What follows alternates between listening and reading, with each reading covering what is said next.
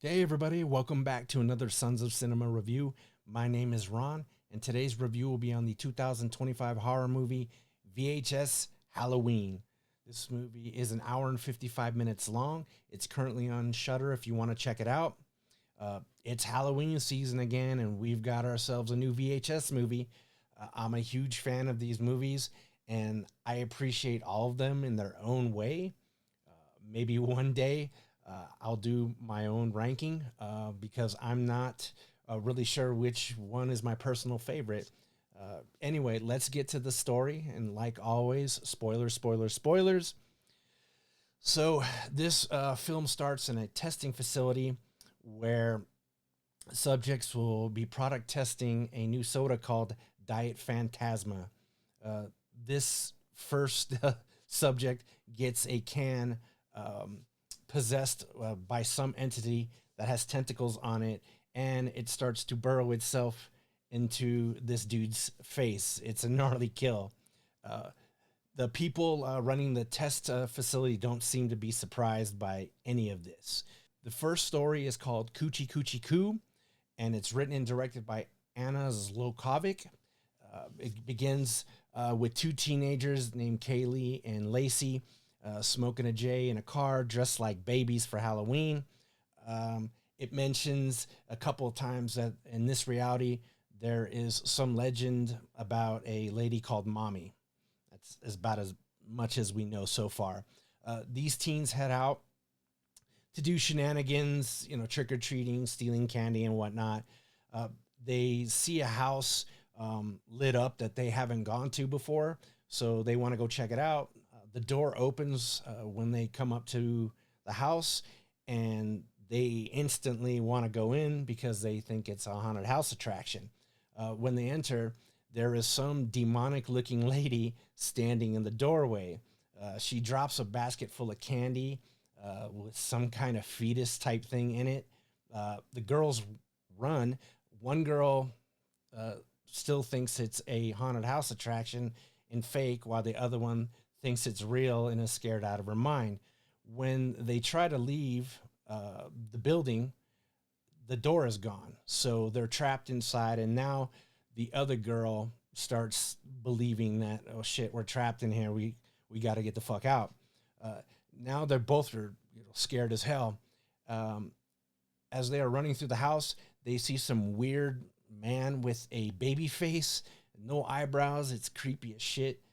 When they come to another exit, there's a lady tied to a chair with a mask and a tube uh, attached to her face, forcing milk down her throat. It's fucking weird, man. And this lady is sitting right in the middle of this back door that they want to try to get out. So after moving her aside and opening the door, we find a crazy demonic looking lady with her moo open with six leaking breast milk. Six. Uh, they run upstairs to some room with a baby monitor, toys everywhere. There's writing all over these pink walls. And there's a woman with a crazy looking baby face in this room that just starts screaming and going ape shit. We don't really know why. And in another room, we also discover a picture of an expected mother who has been hung, and there's also a noose hanging in this room they're in. The six boobed demon lady, mommy, attacks both the girls, and we see them trying to run and escape. Hush Little Baby is playing, and for some reason, it puts both the girls to sleep. Demonic mommy drags off one of the girls while the other girl follows with the camera down to the basement where we find a primo baby in a crib. Lacey, the girl who was dragged off, turned into an adult baby, and now she's like one of the collective down in the basement. There are four other adult babies down there. One is a man, the other three are women, and they're all sitting around mommy, and mommy's sitting there with her six boobs out singing Hush Little Baby, while the other girl that followed her friend Lacey down to the basement has finally given in to mommy and proceeds to be cuddled while mommy is laughing. Scene. fucking nutty. Now we're back to the product testers. For Diet Phantasma, there is a male and a female who are attacked after drinking the cola. The male has a soda spray in his face and it starts to melt his face off, while the female gets her throat slashed by one of the tabs on the cans. Just the next story is called Ut Supra Sic Infra. Ut Supra Sic Infra. I can't say it 3 times. I'll tell you why later. This movie is written by Paco Plaza and Alberto Martini, and it's directed by Paco Plaza. This takes place in Mexico, so it is in Spanish. It does have subtitles. The story begins in a crime scene full of people with their eyes removed. We're introduced to Enrique, a guy who is being interrogated by the police about what happened at this scene. They take him to the crime scene eventually to get him to explain exactly what happened. He starts to tell the story, and now they're going to flash back to a group of young adults who are going through some tunnels under a giant mansion led by a girl named Vicky. The home was owned by a famous deceased medium. Vicky knew her way around these tunnels because a fellow employee that she worked with when she waitressed there showed her the secret way in. How he knew, it isn't explained. She leads them to an isolated room with a phone in the middle with no cord. The medium used this phone to contact the dead, is what the legend is. On the wall is written Ut Supra Sic Infra, which in Latin means as above, so below. Enrique reads that shit like 3 times. Then the phone rings. And remember, this phone has no cords. Enrique answers it. Now the movie's flashing back and forth between the incident before and the current police investigation at the crime scene. So now in the flashback, Enrique answers the phone, becoming possessed by an entity. At the current crime scene, a lady cop answers the phone, and Enrique starts coughing up eyeballs, and I mean a lot of eyeballs. He becomes possessed again and sends everyone with his demon power to the ceiling, so everyone's kind of stuck on the ceiling and they can't move. Then he proceeds to go up to the ceiling, and he takes everyone's eyes out. And I'm a huge fan of on-screen eye trauma. So in this scene, there is what I believe to be the gnarliest eye removal scene that I have ever seen on film. On the ceiling, no less. He eventually lets everyone drop to the floor, and scene. Chef's kiss. I loved it. I loved it. Now we go back to the story of the product testers, and they have been trying to tweak the formula to make it less likely for these sodas to fucking kill people. So they're working on this formula just to make it right. So we have a 4th tester who drinks and says it tastes good. It takes her over and starts destroying shit and tries to escape the room using the host's face. She's trying to smash through this glass where the people running the test are, and she's just obliterating the host's face. And they had some vent in this room that, like in Ghostbusters, how they suck up the ghost into the traps. They have this vent that sucks up the entities out of the room. Then they eliminate the tester with fire, and that's scene. The 3rd story is called Fun Size. This story is written and directed by Casper Kelly. So there's teens that go trick-or-treating. They come to a house with this big-ass orange bowl full of candy, and there's a note left on the bowl that says 1 per person. All the candy has nonsensical names like Fligs bits and slips and snippers and Larry Find, etc. Like all kinds of crazy names. And these are big like candy bars that they're eating. And when one of the kids opens one to take a bite of a candy called Larry Find, uh, it's a chocolate covered penis with white filling in the middle. Of course, the kid tries to take another one. He wants more candy, and a hand pops out and pulls the teen into the bowl all the way in. And his buddy that's with him uh, tries to pull him out, and he's pulled in too. So these two guys are pulled in this bowl while their girlfriends are trying to call the police, and they look over, and this bowl is actually flying at them, and then they wake up in this like weird industrial warehouse type uh, environment. So bear with me here because this story gets super bonkers the rest of the way. There's a crazy looking generic peanut M&M guy who kind of looks like Jack from the Jack in a Box commercials, you know, with that big round head. This guy kind of looks like that, but it's like a generic looking red M&M.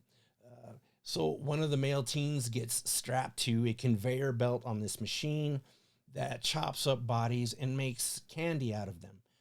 Remember, this guy ate a chocolate penis. Mm, good, right? They find an axe to try to free this guy from the conveyor belt, but it is too late. They eventually square off with the M&M guy, and they cut his arm off, and he bleeds peanut M&Ms. And the other little, there's another little candy bar person that runs around laughing the whole time. So this fool on the conveyor belt gets chopped up, but he had the key to escape in his hand.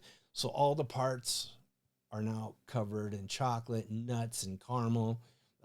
They had to start opening these candy wrappers to try to find the key that this guy has, and they're going through all kinds of body parts until they eventually find the hand with the key. The next teen girl has a tube full of generic peanut M&Ms stuck all the way up her body to her face, and then the candy blows out the front of her face and just blows out everywhere. um, then she stumbles over to the conveyor belt and she puts herself on the conveyor belt. I probably would too. I'm not making this stuff up. It's all on screen. The two remaining teens go through a vent to escape, and it turns out that the vent is actually another conveyor.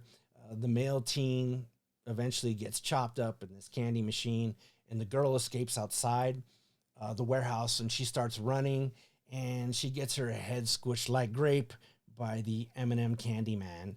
And the story ends when we go back to a mother taking her two children trick-or-treating, and they come to the house with the big ass orange bowl, and the kids each take a piece, and one has like a chocolate covered ear, the other one is a chocolate covered finger with a ring on it still.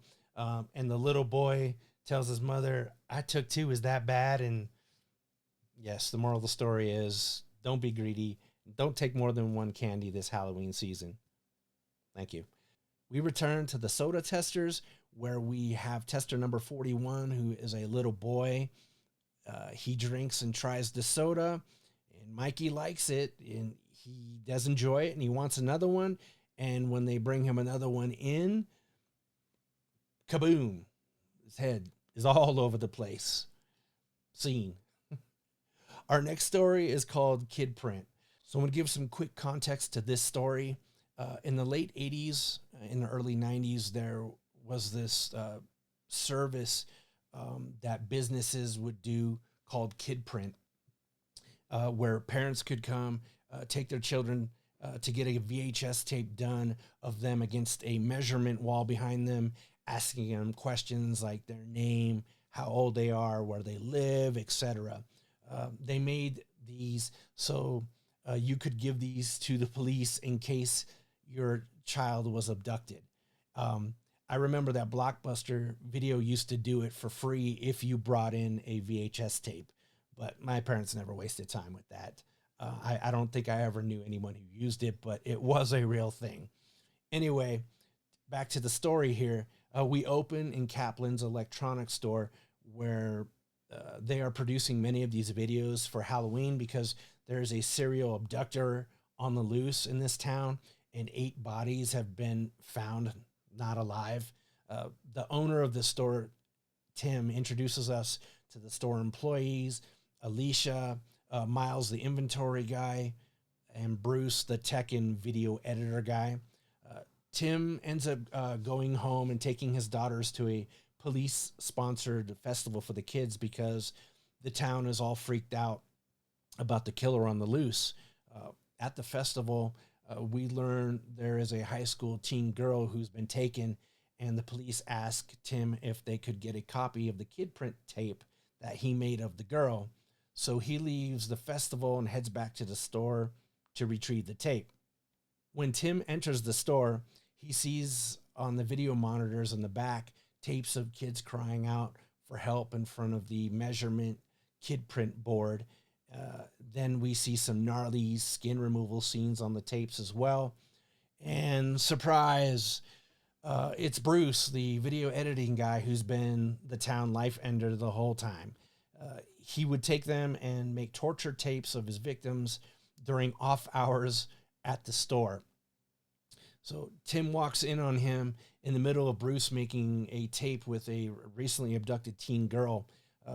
We next see how he does these things in flashbacks. So we flash back to Bruce meeting this teen boy in the park, and he's telling him he needs, the kid should come by and check out all the video games they have at the electronics store. And he eventually lures him back, and he is skinning this kid and making masks out of the pieces of skin. So back inside the store, Tim is captured by Bruce, and Bruce, puts one of those crazy skin masks on him. Tim tries to save the boy who is still alive, but the kid freaks out and starts screaming and puts the skin mask back on himself. And then Bruce throws the missing girl into this room with Tim and the teen boy. And then the 2 teens who think Tim is in on this and involved with it start stabbing and hitting him in the head with a hammer until he's gone, hopefully to a better place. Bruce dispatches of the kids off camera and makes the whole incident look like Tim was the perpetrator the police were looking for the whole time. And at the end of this story, the story concludes with a live news report interviewing Bruce about Tim Kaplan, and he ends up saying he's committed to keeping the kid print service going for the sake of the children. Scene. Continuing on with the soda testers storyline, they now have 6 testers in the testing room now, and they all open their sodas to drink, and the sodas attack them all. Yes, the colas attack. There are essentially too many entities in the room now from each can, and all hell breaks loose. The entities are trying to get into the lab now. Cut. That's the end of the scene. The final story of the film is called Home Haunt. It's written and directed by husband and wife team of R.H. Norman and Micheline Pitt Norman. We meet a father and a son team who are making and setting up a neighborhood haunted house called Dr. Mortis House of Horrors for Halloween night. Fast forward to a time when the son is older now. He doesn't want to do that shit anymore with his dad because he thinks it's dumb, and he's older, and kids make fun of him at school because he would dress up like Igor as part of this haunted house. And you know how shitty teenagers can be when they get older. So Now the son kind of resents ever doing this, but his mother eventually makes him help his father make this haunted house. So they head to a dime store to get some more decorations, and they find an old record of spooky sounds called Halloween Horrors. And the father basically steals it because it's in the back room and it's not for sale. It says, "Listener beware. He who invokes the song of Samhain on All Hallows Eve lets loose the riders of hell with the symphony of the damned." That's what it says on the record. Cool as hell, right? They let the first group in and they put the record on the record player, and this flame shoots up out of the record player, and shit starts moving around the room, and the doors are sealed. So now they're trapped inside at this haunted house, and the haunted house is like cheesy decorations, like sheets of ghosts and zombies, and like an executioner guy. They all come to life and they start attacking and killing all these people. There's lots of insane kills in this one. A witch starts attacking everyone, and actually she escapes the haunted house and flies on a broomstick out into the neighborhood, and she rips a trick-or-treater's head off. She lances another one with her broomstick, and the outside demon mouth entrance to Dr. Mortis' House of Horrors comes to life and starts to move. Then we go to static. Mid-credit, we conclude the Diet Phantasma storyline with a commercial for the soda, saying the soda is made with real ghosts using 100% poltergeist extract. It's spooktacular at only 1 calorie, and it's scary how good it tastes. Great commercial. Diet Phantasma was written and directed by Brian M. Ferguson.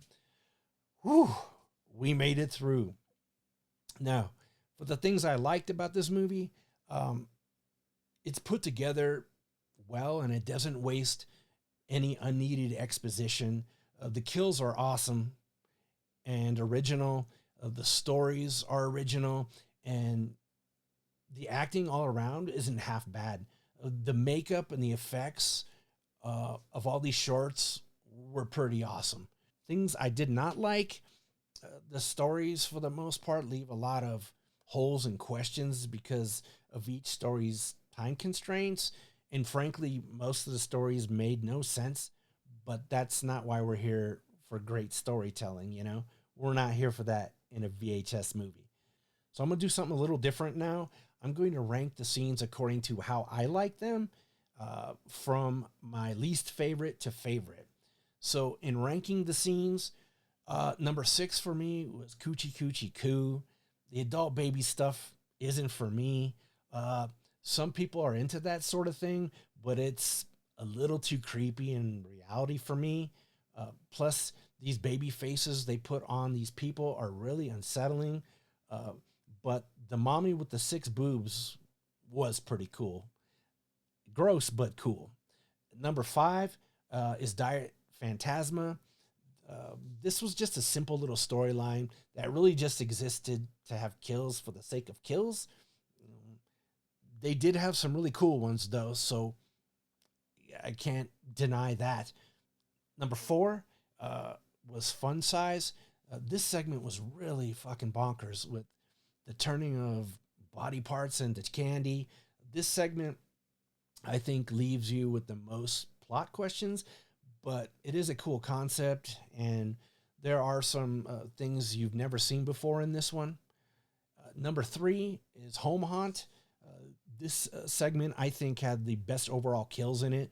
The story was cool, and I could have used more to see what would continue happening out in the neighborhood once the witch escaped. Number 2 for me is Kid Print. This one doesn't have much in original kills, but this one is terrifying because it could really happen in reality, and nothing is more frightening than having your children abducted and harmed. A nightmare. And my number 1 segment was Ut Supra Sic Infra. This one also didn't really have much in original kills, but the eye gouging stuff is nuts. It's crazy. Um, it had an Evil Dead vibe to it, which I really dug. So this one was definitely, even though it was in Spanish, uh, that one was my favorite. So my final thoughts: this movie knows what its audience is here for.